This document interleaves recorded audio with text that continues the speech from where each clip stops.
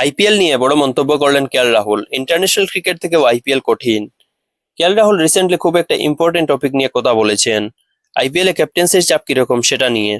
তার মতে আইপিএল এর প্রেশার ইন্টারন্যাশনাল ক্রিকেট থেকেও বেশি। শুনে অবাক লাগলেও রাহুল যেটা বলেছেন সেটা সত্যি ভাবার বিষয়। এলএসজির হয়ে তিনি 3 বছর ক্যাপ্টেন্সি করেছেন।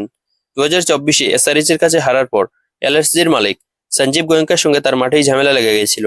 ওই সিজনের পর রাহুল এলএসজি ছেড়ে দিয়েছিলেন।